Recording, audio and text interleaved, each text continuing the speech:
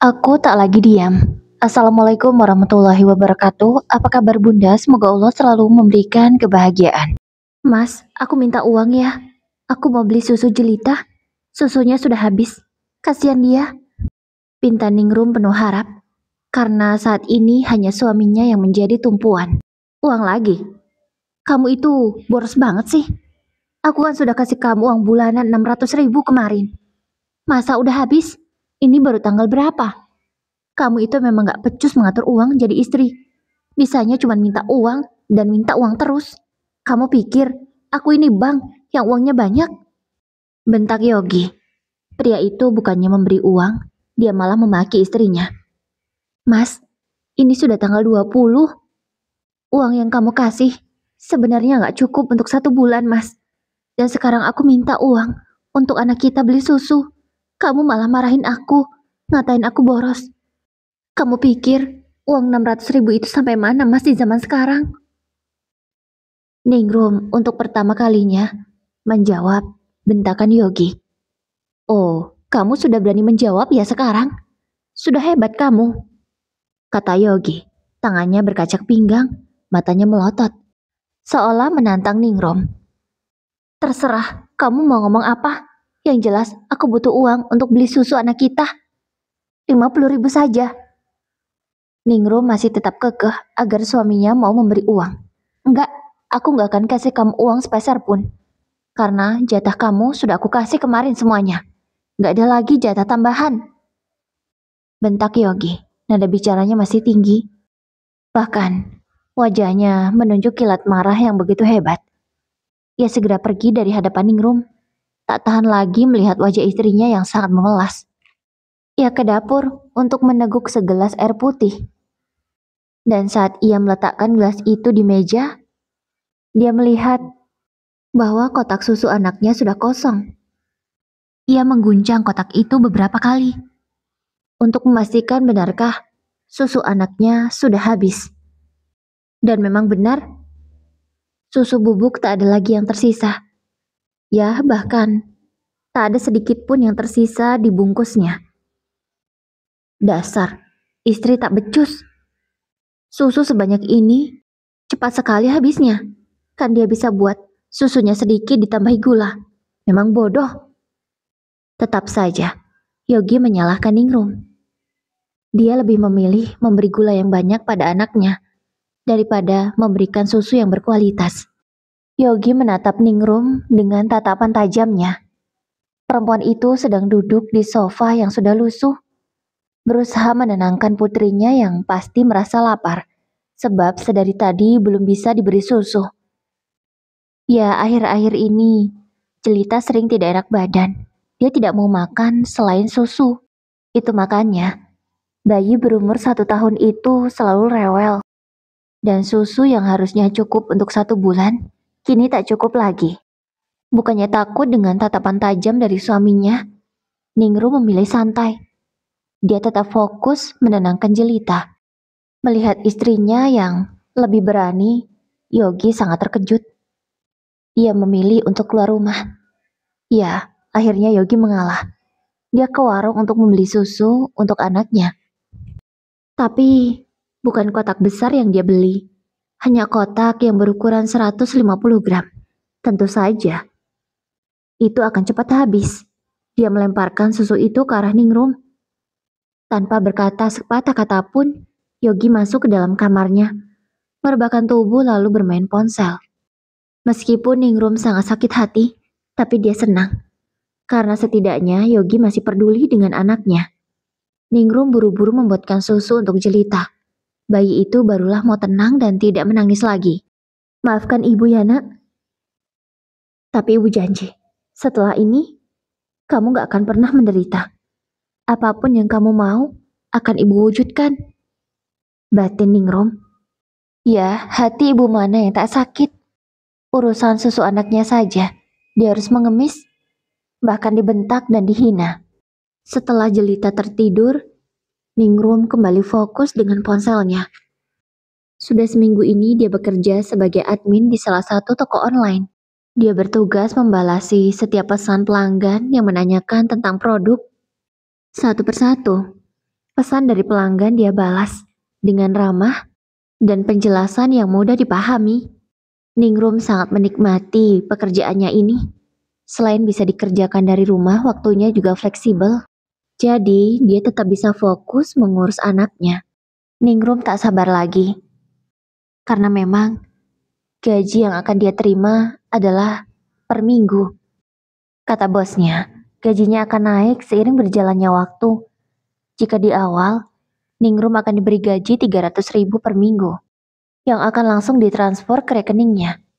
Ningrum sangat bersyukur, karena dia sudah punya pekerjaan, setelah 2 tahun menganggur. Tapi bukan benar-benar menganggur. Tak akan ada ibu rumah tangga yang tidak bekerja. Kalau ibu rumah tangga menganggur, pasti rumah berantakan, anak-anak terbengkalai, suami tak terurus. Ya begitulah ibu rumah tangga, kerjanya memang tidak terlihat, namun hasilnya nyata. Selama 2 tahun sejak menikah dengan Yogi, Ningrum tak bekerja. Tidak bekerja di luar maksudnya. Dia fokus menjadi ibu rumah tangga dan seorang istri. Di awal pertama pernikahannya, Ningrum berusaha menjadi istri yang baik, mengabdikan seluruh hidupnya untuk Yogi dan keluarganya. Namun, apa yang dia dapat? Tak pernah dihargai sedikit pun. Bahkan suaminya semakin semena-mena. Dulu uang belanjanya masih 1 juta per bulan. Dan Ningrum bersyukur karena untuk dia sendiri itu cukup. Tapi sekarang dia sudah punya anak. Ia tak bisa memberi ASI karena ada masalah. Jadi mau tak mau susu formula harus selalu ada.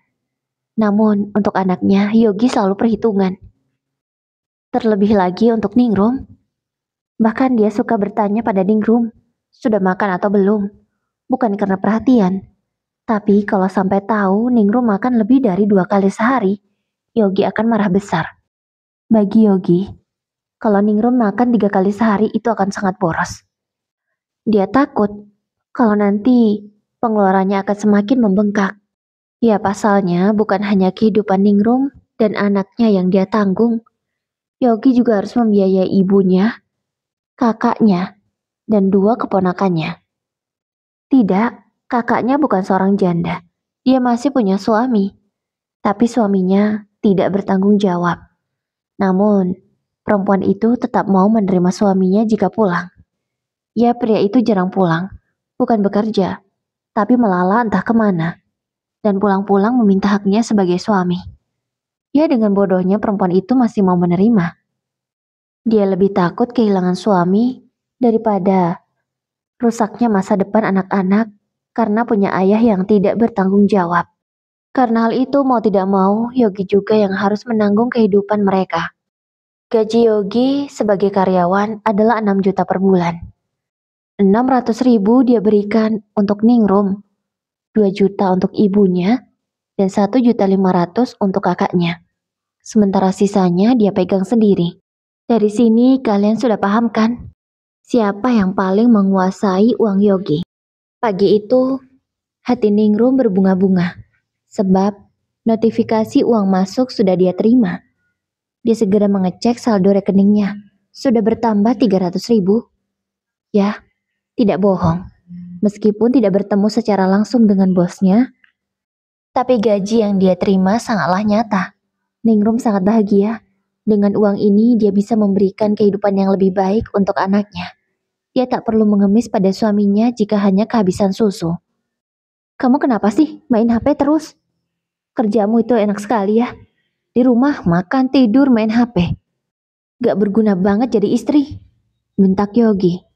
Karena dia geram melihat Ningrum yang sering sekali memegang ponselnya. Matamu buta ya mas? Rumah yang bersih ini siapa yang kerjakan? Jawab Ningrum. Dia tak lagi takut pada Yogi. Kalau selama ini dia memilih diam, agar rumah tangganya tetap baik-baik saja. Mulai detik ini tak akan pernah lagi. Kurang ajar sekali kamu, ngatain aku buta. Kamu itu istri macam apa? Berani pada suami. Mau jadi istri durhaka? Ucap Yogi tak terima, karena dikatai buta oleh Ningrum. Kamu memang buta mas. Buktinya, rumah yang bersih begini, kamu tidak bisa melihat. Jawab Ningrum santai, dan tetap fokus ke layar ponselnya. Yogi mengangkat tangannya, hendak melayangkan tamparan pada istrinya. Ningrum dengan santai melihat, Lakukan saja. Tapi setelah itu, kamu akan mendekam di penjara, ucap Ningrum. Sama sekali dia tidak takut. Yogi menggenggam tangannya erat, menahan emosi. Tentu saja dia takut kalau sampai masuk penjara. Yogi melampiaskan amarahnya dengan menendang sofa yang ada di hadapannya. Dan tepat, jari-jari kakinya mengenai kayu yang ada di sofa itu. Tentu saja, kakinya merasa sakit yang begitu hebat. Namun karena malu dengan Ningrum, Yogi terlihat biasa saja. Dia dengan cepat berjalan ke kamar. Barulah, ia meringis kesakitan, bahkan sampai berguling-guling di kasur sambil memegangi kakinya. Tapi Ningrum tak bodoh. Dia tahu Yogi sedang kesakitan. Dan dengan sengaja, dia mengeraskan tawanya. Tawa itu ditujukan pada Yogi. Namun pria itu tak sadar. Dia mengira Ningrum sedang tertawa dengan ponselnya. Beberapa hari kemudian, Ningrum hanya menyediakan nasi putih dan sambal. Kamu gak masak? Tanya Yogi dengan ketus. Apa matamu buta? Kau tak melihat nasi dan sambal di atas meja? Jawab Ningrum. Dia semakin hari semakin berani. Kamu mengatai aku lagi? Bentak Yogi tak terima. Ya karena aku yakin kamu buta, Mas. Buktinya nasi sebakul dan sambal semangkuk kamu tak melihatnya. Jawab Ningrum santai. Bahkan ia sambil melipat tangannya di dada. Maksudku, kenapa hanya sambal dan nasi putih? Tidak ada sayur atau lauk? Minimal tempe goreng kah? Kata Yogi. Tidak ada. Uang sudah habis, dan bahan-bahan yang tersisa hanya cabai. Makan saja. Tak usah protes. Ngasih uang belanja gak seberapa saja banyak menuntut. Ucap Ningrum. Kemudian ia tersenyum sinis, lalu meninggalkan suaminya. Mau tak mau, Yogi tetap memakan nasi putih hanya dengan sambal. Karena perutnya sudah terasa lapar. Sebenarnya, itu saja sudah enak. Tapi yang namanya manusia tak pernah bersyukur seperti Yogi. Pasti tidak akan pernah merasa puas. Dia merasa kesal dan bete karena hanya makan berlaukan sambal. Bahkan dia tak menghabiskan nasi yang sudah diambilnya. Dasar laki-laki pemborosan, makan gak dihabiskan. Ucap Ningrum dengan suara keras. Di saat Yogi sedang memakai sepatunya. Kenapa kamu bilang begitu? Aku yang cari uang, jadi suka-suka aku mau bagaimana? Kata Yogi. Dia sangat kesal karena Ningrum menyindir dirinya. Oh, jadi kamu yang cari uang ya? Ya sudah, terserah kamulah. Kata Ningrum. Bahkan dia mengibaskan tangannya di udara. Pertanda dia tak peduli lagi dengan Yogi. Sebelum benar-benar pergi, Yogi baru teringat bahwa nanti malam dia akan mengajak teman-temannya makan malam di sini. Oh ya, nanti malam teman-temanku mau datang untuk makan bersama. Nih, kamu belanja dan masak yang enak. Ucap Yogi sambil memberikan uang 200.000 untuk Ningrum. Ningrum hanya menatap uang itu, tak langsung menerimanya. Masak apa dengan uang 200.000? Dan untuk berapa orang? Tanyanya sambil melipat tangan di dada. Dia bertanya begitu santai. Masak yang enak lah, untuk 10 orang. Jawab Yogi. Dan semakin dekat menyodorkan uang itu ke Ningrum. Apa? Untuk 10 orang harus masak enak? Dikasih uang hanya 200.000. Kamu pikir uang 200.000 dapat apa? Kalau hanya dikasih makan telur goreng bisa sih. Ucap Ningrum lagi. Kamu itu bodoh ya, tak bisa mengatur uang kah? Pokoknya aku gak mau tahu ya. Uang ini harus cukup untuk kamu menyediakan makanan enak. Aku gak peduli. Pulang nanti semua harus sudah siap sesuai permintaanku. Ucap Yogi lagi dengan suara tegas dan melemparkan uang 200.000 itu ke atas meja makan. Setelah suaminya berbalik, Ningrum mengambil uang itu sambil tersenyum sinis. Dalam hatinya dia sudah punya rencana. Tibalah malam hari. Ningrum sudah menyiapkan kejutan spesial untuk Yogi suaminya. Tak ada makanan yang dia buat, selain kopi yang sudah dia sediakan. Tadi, Yogi pulang sedikit telat karena ada lembur, dan teman-temannya memilih tak pulang dulu langsung saja ke rumah Yogi untuk makan malam bersama. Ningrum dengan riang menyiapkan kopi dan cemilan. Silahkan dinikmati cemilan dan kopinya ya. Karena setelah ini, Mas Yogi akan mengajak kalian makan di restoran. Ucap Ningrum dengan nada santai, namun jelas didengar setiap telinga orang yang ada di sana. Mata Yogi membelalak, seakan keluar dari tempatnya. Bukankah tadi pagi dia meminta agar istrinya memasak? Tapi kenapa sekarang dia malah bilang di hadapan semua teman-temannya kalau ia akan mengajak temannya makan di restoran? Namun dengan cepat, Yogi bisa mengendalikan ekspresi wajahnya. Iya kan mas? Ningrum dengan santai bertanya dan menoleh ke arah Yogi. Yogi mengangguk sambil tersenyum, namun senyum itu penuh keterpaksaan. Dalam hati dia membatin, awas kamu Ningrum. Setelah kopi yang disuguhkan Ningrum habis, mereka semua berangkat ke restoran untuk makan bersama. Kenapa istrimu gak diajak, Ki? Tanya salah satu teman Yogi. Ini saya mau ikut kok. Jawab Ningrum cepat, tanpa menunggu persetujuan dari suaminya. Ya, dia mengambil keuntungan di tengah kegelisahan Yogi tentunya. Iya, masa gak diajak? Gak mungkin lah. Jawab Yogi ragu. Namun, dia tidak ingin terlihat buruk di mata teman-temannya. Dia segera menggandeng tangan Ningrum dengan mesra. Mereka langsung masuk ke mobil masing-masing. Ya, semua teman Yogi mengendarai mobil. Tak ada yang mengendarai motor. Itu makanya, Yogi merasa bangga punya teman-teman elit seperti mereka. Karena gengsinya yang besar itu membuat dia harus setuju dengan ucapan Ningrum, yang bilang akan mengajak teman-temannya makan di restoran. Yogi memilih restoran yang tidak terlalu mahal, tidak juga terlalu murah. Dia mengambil tengah-tengah, menyesuaikan uangnya.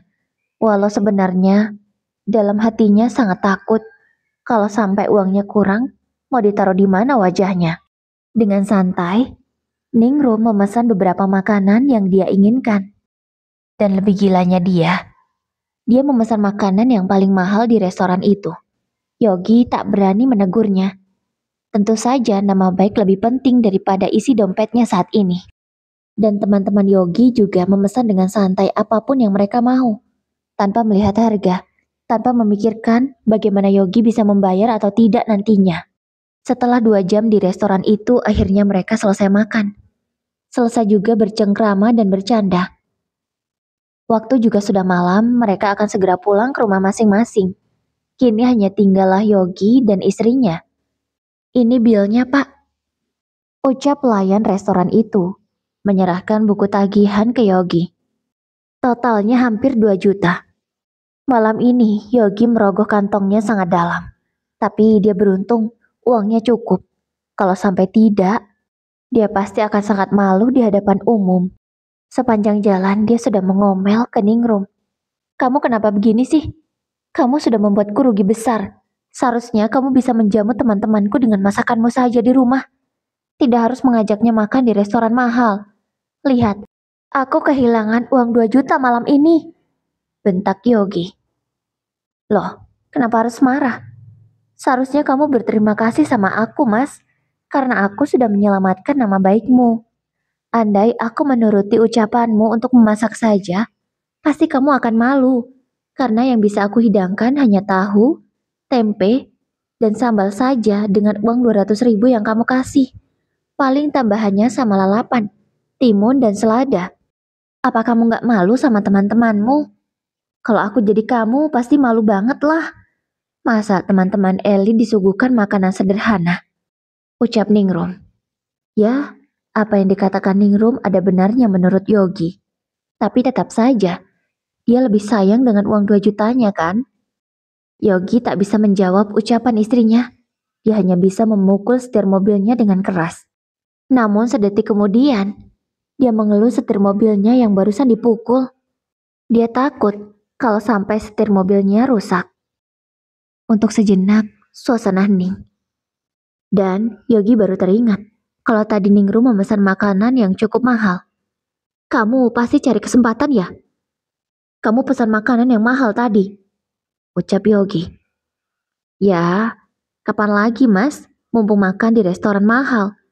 Ya makan enak sekali-sekali nggak apa-apa kan? Toh selama ini aku nggak pernah kamu ajak makan di luar. Lagian, aku juga cuma makan 2 kali sehari. Nah, hari ini mas, aku belum makan sama sekali. Aku baru makan tadi ini. Aku cuma makan 1 kali malahan. Harusnya kamu beruntung dong, jawab Ningrum sambil tersenyum. Yogi kehabisan kata-kata untuk menimpali ucapan istrinya. Tak lama mereka sudah sampai di rumah. Ningrum segera membawa putrinya yang sudah tertidur pulas ke kamar. Awas ya, kalau sampai kamu mengulang lagi seperti ini, ancam Yogi. Ningrum tak bergeming, dia tak takut dengan ancaman suaminya. Kalau begitu, kembalikan uang 200 ribuku. Yogi menengadahkan tangannya, meminta kembali uang 200 ribu yang dia berikan tadi pagi ke Ningrum. Oke, Ningrum mengembalikan uang itu.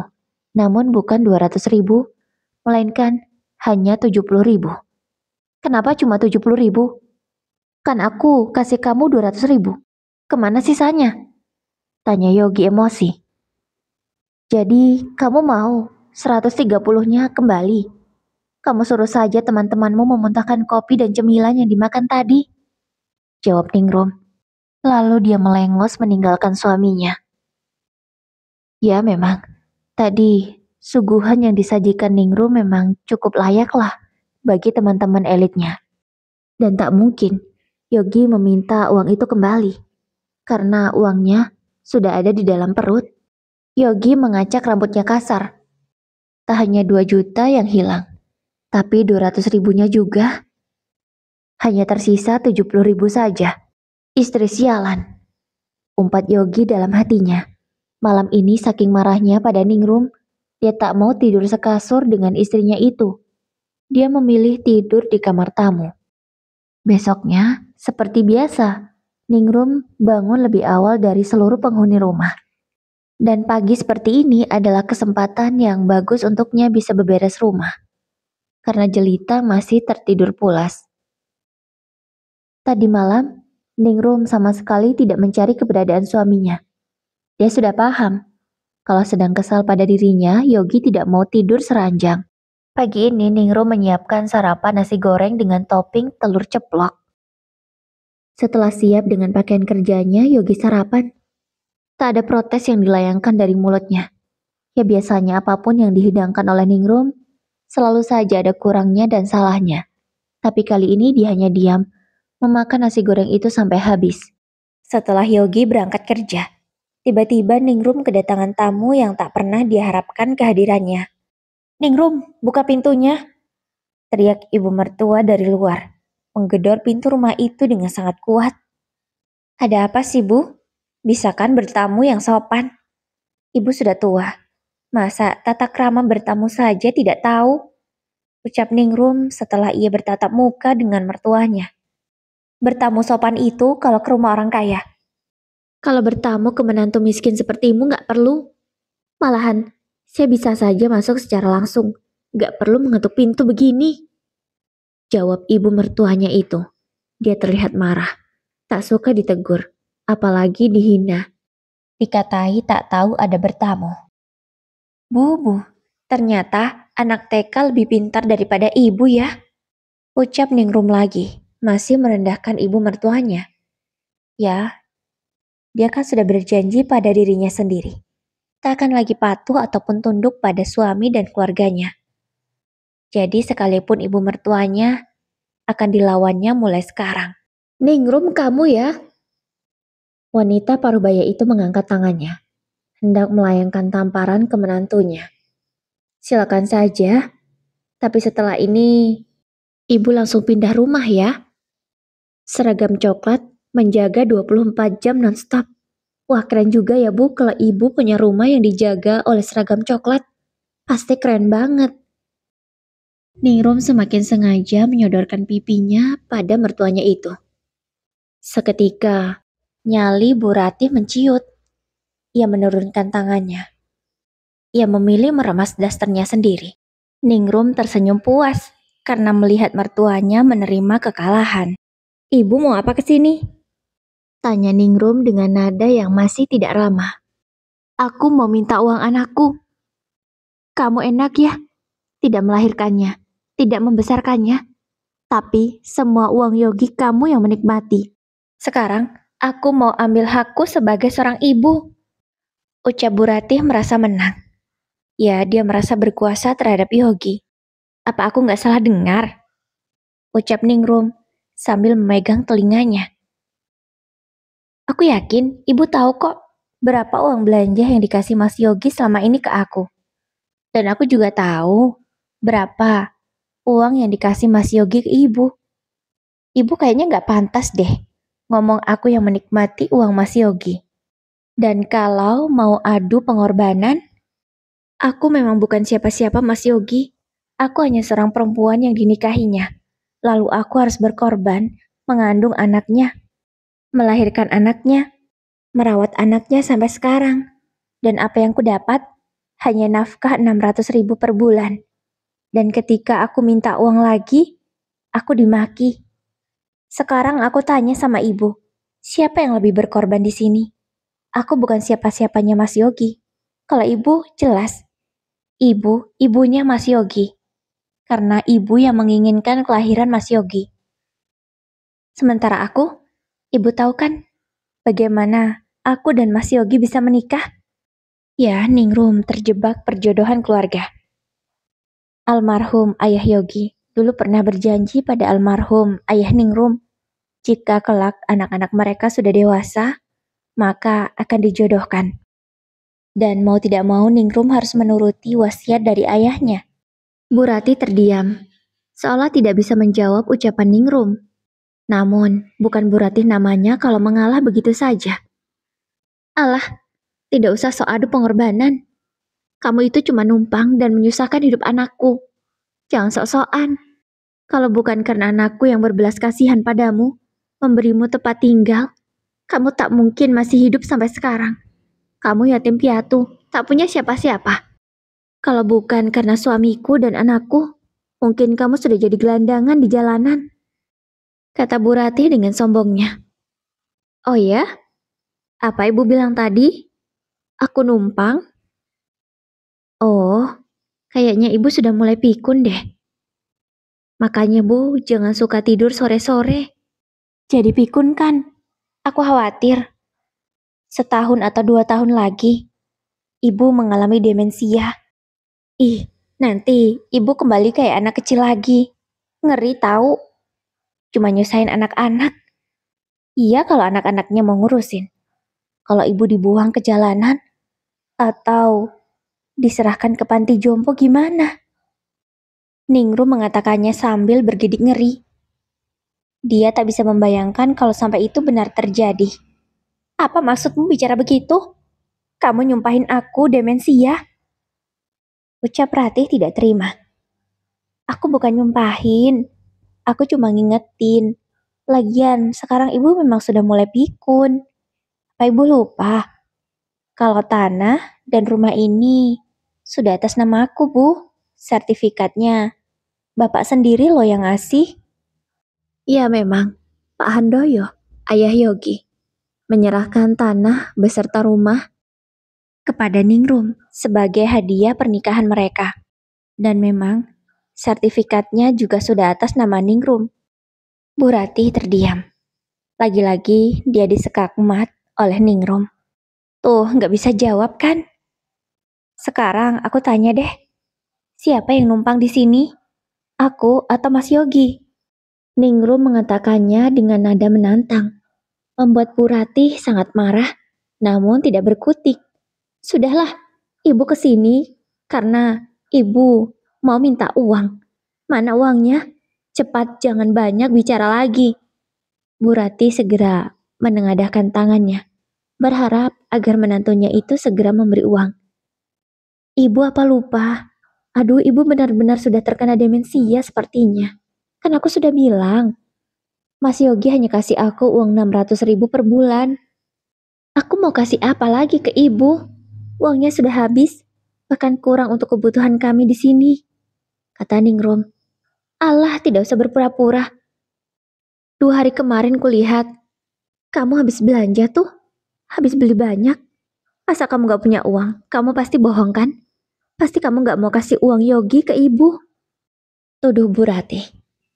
Maaf ya Bu, aku memang belanja 2 hari yang lalu, tapi bukan pakai uang Mas Yogi. Itu pakai uangku sendiri. Jawab Ningrum dengan tenang. Bu Ratih malah tertawa, merendahkan menantunya. Dia meremeh dan mengejek Ningrum, karena tak mungkin wanita yang hanya di rumah saja seperti Ningrum punya uang sendiri. Mana mungkin kamu punya uang sendiri, Ningrum? Tak usah menghayal lah. Ledeknya. Ya udah kalau ibu gak percaya, aku juga gak mau jelasin sama orang yang gak ngerti, hanya buang-buang waktu. Jawab Ningrum santai. Bu Ratih semakin tersulut emosi. Dia merasa harga dirinya diinjak-injak oleh menantunya ini. Seharusnya dia yang meremehkan menantunya. Tapi sekarang, dia tidak menyangka kalau menantu yang selama ini selalu penurut bisa menjawabnya sampai begini. Tapi yang namanya Bu Ratih tidak mau kalah. Dia langsung mendorong tubuh Ningrum hingga dia bisa masuk rumah itu dengan bebas. Dia langsung menuju ke dapur, mengambil stok beras yang masih dimiliki oleh Ningrum. Padahal stok beras itu memang yang terakhir. Bu Ratih segera mengambilnya, tanpa peduli sedikit pun perasaan Ningrum. Namun dengan santai, Ningrum tidak melawan. Tapi dia sudah standby dengan kameranya. Bu, jangan diambil. Nanti kami gimana makannya, Bu? Itu stok beras kami terakhir. Ucap Ningrum dengan nada memohon. Padahal dalam hatinya tidak khawatir sama sekali. Dia sengaja berakting begitu. Itu dia lakukan untuk memiliki bukti bahwa ibu mertuanya merampas berasnya. Dia akan tunjukkan pada Yogi nanti. Pasti Yogi tak akan bisa membela ibunya lagi karena sudah ada bukti. Ya, hal semacam ini bukanlah yang pertama kali dilakukan oleh Bu Ratih. Jika ia tak bisa mendapatkan uang, maka apapun yang bisa dia ambil dari rumah ini akan diambilnya secara paksa. Terkadang beras, terkadang minyak goreng, bawang merah, ataupun sabun pencuci pakaian yang harganya 5.000 serenteng. Ya, dasarnya mental perampas. Apapun saja akan diambilnya, yang penting dapat. Ningrum tak khawatir kalau berasnya kali ini diambil oleh mertuanya. Kalau dulu, dia akan sampai menangis dan memohon. Sekarang tak akan lagi. Kalau misalkan suaminya tak kasih dia uang untuk beli beras lagi, dia bisa beli makanan dengan uangnya sendiri. Sore harinya Yogi baru pulang kerja. Mas, beras diambil sama ibu. Ucap Ningrum tanpa menyambut suaminya dengan baik-baik. Dia langsung mengadu apa yang terjadi. Apa? Kamu jangan bohong, jangan fitnah. Kata Yogi tidak terima kalau istrinya menuduh ibunya mengambil beras di rumah ini. Kalau kamu gak percaya, lihat ini. Ningrum segera mengeluarkan senjatanya. Dia menunjukkan video ibunya yang mengambil beras. Kamu gak bercanda kan? Tanya Yogi. Ya, dengan bukti yang sudah sejelas itu, pria yang ada di hadapan Ningrum yang sudah menikahinya selama 2 tahun ini juga belum percaya. Aku gak ada ngedit videonya, Mas. Kamu bisa lihat keasliannya. Sayangnya aku gak rekam dari awal. Andai aku rekam dari awal, pasti kamu akan lebih yakin kalau ibumu setiap kali datang ke sini hanya minta uang. Dan kalau aku gak kasih karena memang sudah gak ada lagi uangnya, dia akan mengambil apapun yang ada di rumah ini. Tapi terserah kamu, Mas. Berasnya memang sudah gak ada. Beras itu diambil sama ibu, seperti yang ada di video. Ucap Ningrum dengan suara lemah. Ya, biar Yogi semakin yakin bahwa dia tidak berbohong. Walau sebenarnya dia sudah muak berakting menjadi perempuan lemah seperti ini. Untuk memastikan kebenaran kejadian itu, Yogi meminta agar Ningrum mengirimkan videonya ke dia. Yogi akan langsung menanyakan pada ibunya, benarkah yang terjadi ini? Anu Yogi, bukan maksud ibu ingin mencuri beras kamu. Tetapi, Ningrum keterlaluan. Ibu gak punya uang, tapi dia gak mau kasih uang ke ibu.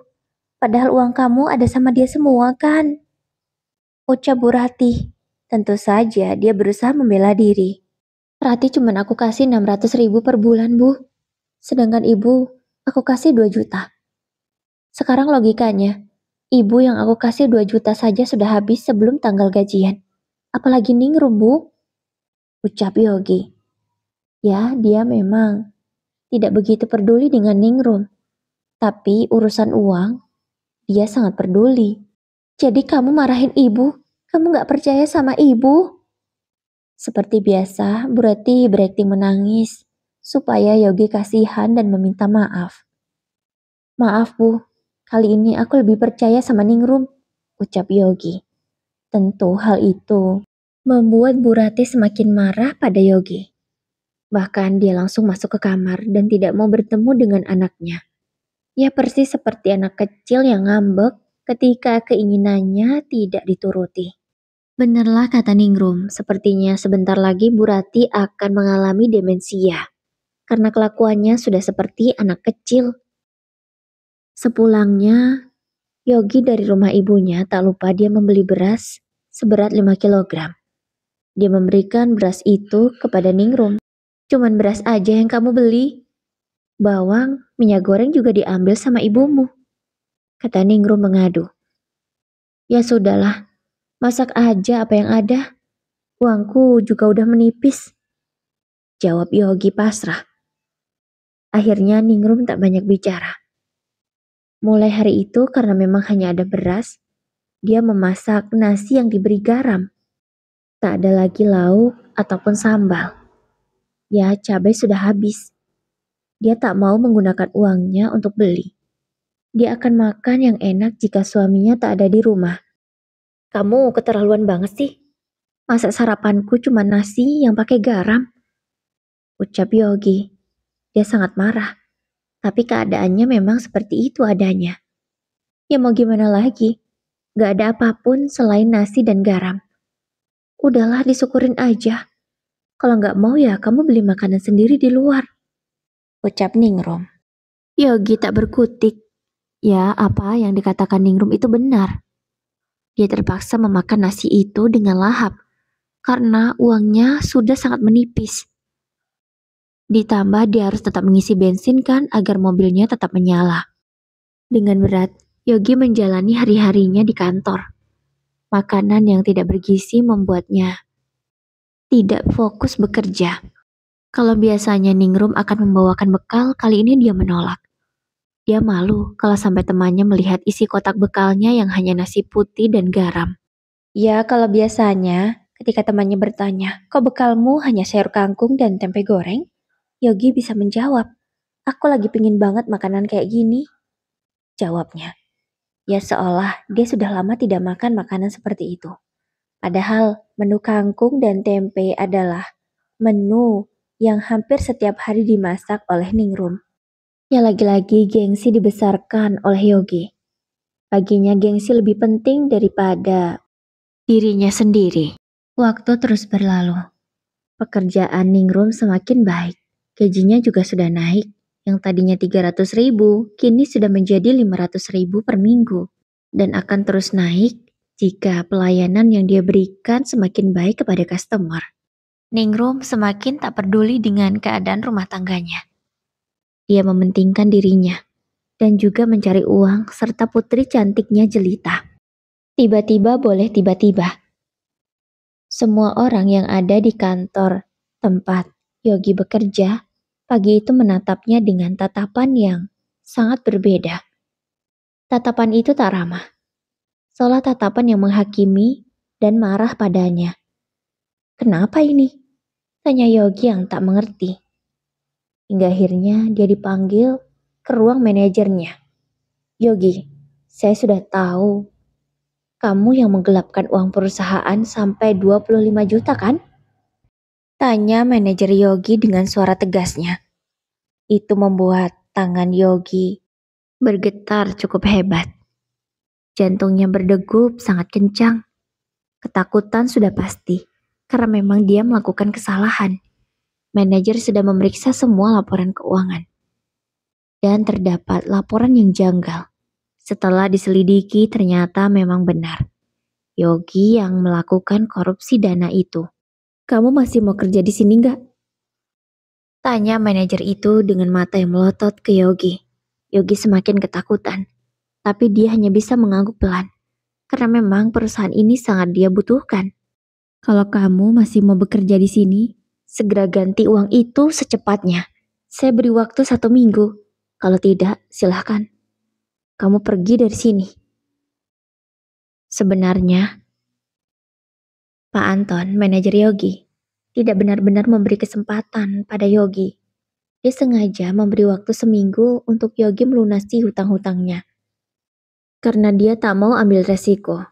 Kalau Yogi langsung dipecat, perusahaan rugi 25 juta. Kalau Yogi di penjara, prosesnya lumayan ribet. Nah, manajer tidak mau. Makanya, dia kasih waktu kepada Yogi 1 minggu untuk mengembalikan uang 25 juta yang dia ambil. Tentu, Yogi pusing sekali dari mana dia dapat uang sebanyak itu. Sudah kesana kemari dia mencari pinjaman. Namun, baru dapat 2 juta rupiah. Itu pun dari 3 orang yang berbeda. Ya, sekarang kalau lagi susah barulah kelihatan. Siapa yang benar teman, atau siapa yang hanya pura-pura. Hanya ada ketika senang, dan tidak mau tahu ketika kita sedang susah. Ya itulah yang dirasakan Yogi saat ini. Teman-teman elitnya tidak ada yang mau membantu.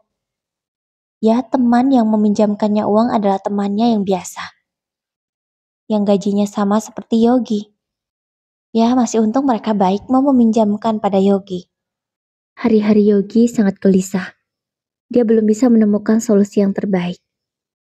Tak ada orang yang mau meminjamkan dia. Mau meminjam ke bank, tapi dia tak benar-benar yakin apakah waktunya cukup. Hingga malam itu dia malah menggeledah isi lemarinya, berharap bisa mencari dan menemukan sesuatu yang bisa membuatnya terbebas dari hutang itu. Namun setelah dia mengacak-acak semua isi lemari, tak ada satupun yang dia dapatkan. Bahkan surat-surat penting rumah ini juga tidak ada. Di mana Ningrum menyembunyikannya? Gumam Yogi. Apa-apaan sih kamu, Mas? Kenapa lemari diberantakin seperti ini? Gila ya kamu, kata Ningrum marah. Karena lemari yang sudah disusunnya rapi, kini semua pakaian yang ada di dalamnya berantakan. Di mana surat rumah ini? Kata Yogi. Dia berniat untuk menggadaikan surat rumah ini saja ke rentenir. Kalau ke rentenir kan cepat cairnya, dan dia cepat terbebas dari hutang ke perusahaan. Ngapain cari sertifikat rumah? Itu sertifikatku ya. Kamu gak boleh mengambilnya, kata Ningrum. Seolah dia sudah paham niat busuk suaminya. Yogi semakin kebingungan. Tempo yang diberikan oleh Pak Anton hanya tinggal 3 hari lagi. Dia sudah bolak-balik meminta pinjaman ke ibunya. Tapi ternyata selama ini Bu Ratih tak pernah menyimpan uang sepeser pun. Uang yang dari Yogi ya selalu habis, tak pernah bersisa. Dan pepatah yang tepat untuk menggambarkan kehidupan Bu Ratih adalah besar pasak daripada tiang. Ya, perempuan itu gengsinya luar biasa. Padahal gaji suaminya tak lebih dari 6 juta. Sekarang kalian sudah mengerti juga kan? Sifat gengsi yang begitu tinggi itu turunan dari mana? Yogi benar-benar pusing. Kepalanya berdenyut hebat. Dia tak menyangka kalau dia akan menghadapi masalah serumit ini. Selama ini, dia memang korupsi sedikit demi sedikit. Dan dia menganggap tak akan pernah ketahuan. Tapi, dia tak menyangka kalau atasannya akan tahu. Dan ternyata juga yang dia curi selama ini sudah mencapai 25 juta. Hingga pilihan terakhir yang dilakukan oleh Yogi adalah menggadaikan mobilnya. Ya, itulah salah satu jalan yang bisa dia ambil. Uang 25 juta sudah di tangan. Dia langsung memberikannya pada Pak Anton. Dan setelah Yogi menyerahkan uang itu, Pak Anton juga menyerahkan surat pemecatannya. Ya, perusahaan mana yang mau menerima karyawan yang korupsi tentu tidak akan ada lagi. Perusahaan tentu tidak mau mengambil resiko karena memberi kesempatan kedua. Lebih baik mencari karyawan baru daripada harus memberi kesempatan kedua pada karyawan yang bersalah. Sekarang Yogi semakin pusing. Tuntutan dari kakak dan ibunya yang selalu meminta uang bulanan dengan jumlah yang sama tidak mau dikurangi sedikit pun. Kalau saat ini Yogi tentu bingung kan? Mau dari mana uang sebanyak itu? Ditambah, dia juga harus membayar cicilan kan? Semakin pusing kepala Yogi. Sementara itu, pekerjaan Ningrum semakin baik. Gajinya sekarang udah makin besar. 1 minggu, Ningrum dibayar hampir 800.000 belum termasuk bonus. Penjualan di tempatnya bekerja semakin meningkat karena Ningrum bisa melayani customer dengan baik. Mereka puas, sehingga yang sudah beli, beli lagi. Yogi yang menganggur merasa heran, karena istrinya masih bisa belanja padahal dia tak pernah kasih uang. Kamu punya uang dari mana, Ningrum? Tanya Yogi, karena memang Ningrum tak pernah memberitahu suaminya itu kalau dia bekerja. Bukan urusanmu, jawab Ningrum singkat. Urusanku jelas. Kalau kamu punya uang, berarti aku gak usah kerja dong. Kenapa juga aku pusing-pusing kerja sementara kamu sudah punya uang? Kamu bisa memenuhi kebutuhan kita berarti. Aku gak peduli kamu dapat uang dari mana. Yang jelas aku mau kamu penuhi semua kebutuhan rumah ini sekaligus bayar cicilanku. Kata Yogi tidak tahu dirinya. Ya laki-laki itu benar-benar tidak punya malu. Selama ini dia meremehkan istrinya. Tapi setelah tahu istrinya punya uang, dia memohon agar hidupnya ditanggung. Sungguh laki-laki tidak berguna. Maaf mas, sayangnya aku sudah mengajukan gugatan ke pengadilan. Aku gak mau punya suami yang gak berguna kayak kamu. Udah nganggur, malah nyuruh aku menanggung hidupmu. Sebentar lagi kamu akan terima surat gugatan itu. Dan aku mau setelah kamu terima surat itu, kamu keluar dari rumah ini. Ucap Ningrum tegas, namun nadanya santai. Tapi semua kalimat yang dikatakan oleh Ningrum berhasil membuat Yogi terkejut. Apa maksudmu, Ningrum? Kamu ceraikan aku? Tidak, tidak bisa. Ucap Yogi tidak mau. Terserah, yang jelas. Apa yang selama ini kamu lakukan sudah memenuhi syarat untuk aku menyerah di pernikahan ini, Mas. Aku sudah lelah bertahan. Aku mau kita sampai di sini saja. Cukup, kamu menyakiti aku dan anakku. Aku sekarang sudah bisa berdiri di atas kakiku sendiri. Aku gak butuh laki-laki seperti kamu. Awalnya, Yogi tidak takut. Dia merasa kalau Ningrum hanya mengancam saja. Tapi setelah surat dari pengadilan dia terima, barulah di situ Yogi sadar bahwa ucapan istrinya selama ini tidaklah main-main. Kamu jangan ceraikan aku mohon. Aku gak bisa, kata Yogi berlutut di hadapan Ningrum. Aku gak bisa lagi. Aku mau kita cerai. Dan tolong ceraikan aku, kata Ningrum. Pergi dari sini. Ningrum sudah membereskan semua baju-baju Yogi. Bahkan sudah menaruhnya di teras. Ningrum, kamu kenapa begini, Ningrum?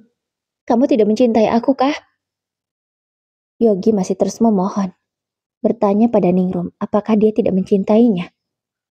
Aku dulu mencintaimu, bahkan sangat mencintaimu meskipun kita menikah karena perjodohan. Tapi, sejak kamu tak menghargaiku lagi, disitulah cintaku sudah hilang, jawab Ningrum. Suaranya dingin, namun begitu menusuk hati Yogi. Pergi, aku gak mau lihat mukamu, bentak Ningrum dengan tegas. Dia segera mengunci pintunya, tak peduli bahwa Yogi masih ada di depan. Yogi pulang ke rumah ibunya, sambil membawa kabar bahwa dia sudah diceraikan oleh istrinya. Apa? Kamu digugat cerai oleh Ningrum? Kenapa bisa? Ucap Burati. Ya, meskipun dia tidak suka dengan Ningrum, tapi dia tidak terima kalau anaknya yang diceraikan, bukan menceraikan. Ningrum udah lelah bertahan, Bu. Dia gak mau sama aku lagi, jawab Yogi. Kemudian dia menangis, seperti anak kecil, sangat persis. Ya udah, ceraikan aja lah, kenapa susah-susah sih? Ucap Burati.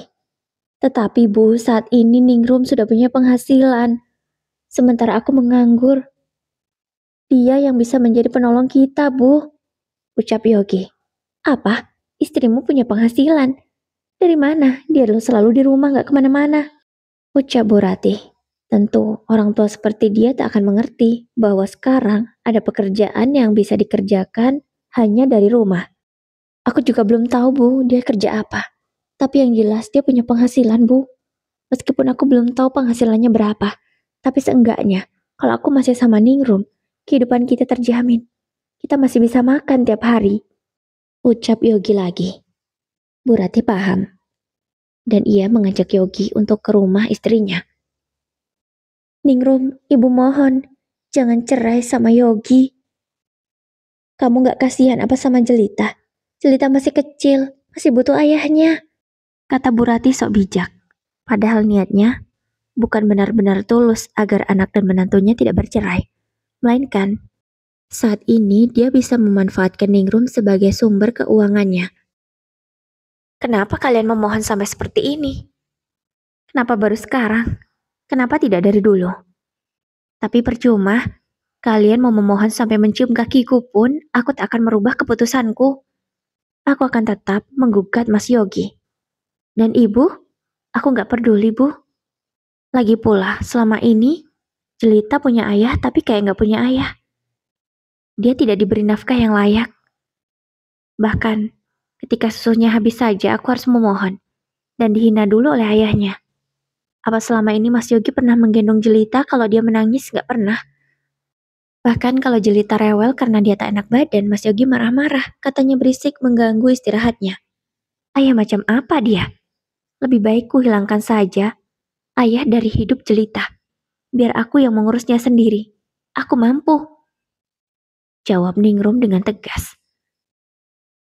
Hal itu membuat mertua dan suaminya tak berkutik. Ningrum, ucap Yogi memanggil istrinya dengan suara pelan. Aku gak peduli. Aku gak peduli. Pergi dari sini, ini rumahku. Ningrum segera mengusir dua tamu yang tak dia inginkan itu. Bu Rati dan Yogi tak bisa berbuat apa-apa karena memang benar ini adalah rumah Ningrum. Maafin Ningrum, Pak. Wasiat Bapak cuman sampai di sini Ningrum bisa jalani. Ucap Ningrum seorang diri. Air matanya menetes. Bukan menangisi perpisahannya dengan Yogi, melainkan dia menangisi karena tak bisa memenuhi wasiat dari ayahnya. Tapi, Bapak tenang saja, sudah ada Jelita. Jelita adalah bukti bahwa aku sudah menuruti permintaan Bapak. Dan Jelita adalah bukti bahwa kita, dua keluarga masih punya hubungan darah. Ucap Ningrum lirih. Dan apa yang dia ucapkan adalah benar. Akhirnya, mau tidak mau, Yogi menjatuhkan talak pada Ningrum. Mereka sekarang sudah sah berpisah. Kalau dulu mereka sah menikah, sekarang mereka sah berpisah. Tak ada lagi ikatan suami istri di antara mereka. Hanya ada tanggung jawab sebagai orang tua untuk memberikan kasih sayang pada Jelita. Namun Ningrum tak berharap banyak. Ya apa yang bisa diharapkan dari ayah seperti Yogi? Pengangguran. Bahkan tak punya kasih sayang yang cukup untuk anaknya. Yogi tak bisa memberikan kasih sayang itu untuk Jelita. Dengan pekerjaan yang sudah bergaji tetap, Ningrum bisa memenuhi kebutuhan mereka berdua. Sementara Yogi semakin terpuruk. Ya bukannya mencari pekerjaan, dia malah santai-santai di rumah. Seperti hidupnya sudah terjamin saja. Bu Rati, setiap hari hanya marah-marah. Karena apa?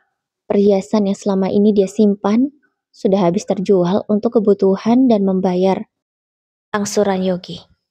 Ya, sebagai ibu tentu dia tak akan tega melihat Yogi yang tak bisa berbuat apa-apa saat penagih hutang datang ke rumah. Cari kerja Yogi, jangan cuma di rumah saja. Ucap Bu Ratih pada anak lelakinya. Kenapa cuma aku yang ibu suruh kerja? Mbak Dita juga bisa kerja, Bu. Lihat si Ningrum. Dia bisa kerja dari rumah dapat uang. Mbak Dita apa? Kerjanya cuma makan tidur di rumah gak berguna. Bahkan beres-beres rumah juga ibu. Ibu suruh tuh anak perempuan ibu kerja. Selama ini kan aku yang sudah memenuhi kebutuhan kalian. Sekarang gantian dong. Aku lagi capek mau istirahat. Jawab Yogi tak peduli. Ya, dia sudah malas. Dia memilih menganggur saja. Dikasih makan syukur, enggak ya sudah. Ya dia seperti bangkai namun masih ada nyawanya. Dan tentu berita hangat seperti ini akan cepat menyebar. Seluruh warga sudah tahu apa yang terjadi di keluarga Bu Ratih. Bahkan ada kabar yang cukup mengejutkan namun sudah bisa ditebak. Suami Kak Dita ditangkap polisi karena ternyata dia pengedar. Seharusnya kalau dia dulu pengedar, uangnya banyak kan? Tapi nggak pernah dikasih ke Mbak Dita loh. Eh, tahu kalian dikasih ke siapa? Kesimpanannya dong. Mbak Dita tentu marah. Dia nggak terima. Akhirnya dia mengajukan gugatan cerai. Mbak Dita sekarang janda. Dan dia harus menghidupi dan menanggung semua biaya keluarganya. Harus menanggung 2 anaknya yang masih kecil, ditambah satu beban, yaitu Yogi. Yogi yang tidak mau bekerja lagi. Ya, Yogi benar-benar menjadi bangkai, tapi bernyawa.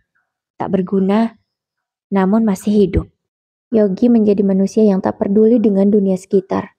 Bahkan dengan ibu kandungnya sendiri yang sudah melahirkan dan membesarkannya. Dia hanya peduli dengan dirinya sendiri. Yang penting dia senang dengan apa yang dia lakukan. Ya, dia tak akan peduli dengan sekitarnya. Sementara Ningrum, kehidupannya semakin membaik. Bahkan dia sudah mulai buka usaha kecil-kecilan di depan rumahnya, yaitu berjualan minuman yang sedang viral, yaitu minuman boba dan minuman viral lainnya yang bermacam-macam rasa. Ia merekrut seorang karyawan untuk menjaga. Saat ini masih sanggup ditangani seorang diri. Dan semakin hari, jualannya semakin ramai. Tambah satu karyawan lagi. Harapan Ningrum, kedepannya usahanya akan lebih baik. Karena mau seenak apapun dia kerja sama orang, lebih enak punya usaha sendiri bukan? Sekecil apapun usahanya, kita adalah bosnya. Baiklah Bunda, ceritanya sampai di sini. Semoga bisa diambil hikmahnya. Walaupun cerita ini hanya fiktif, tapi ada pelajaran di dalamnya. Yang bisa kita jadikan pengingat bahwa sebagai manusia kita harus berhati-hati dalam bertindak. Gak boleh sembarangan, gak boleh merendahkan orang lain. Karena kita akan menerima balasan dari setiap apapun yang kita lakukan.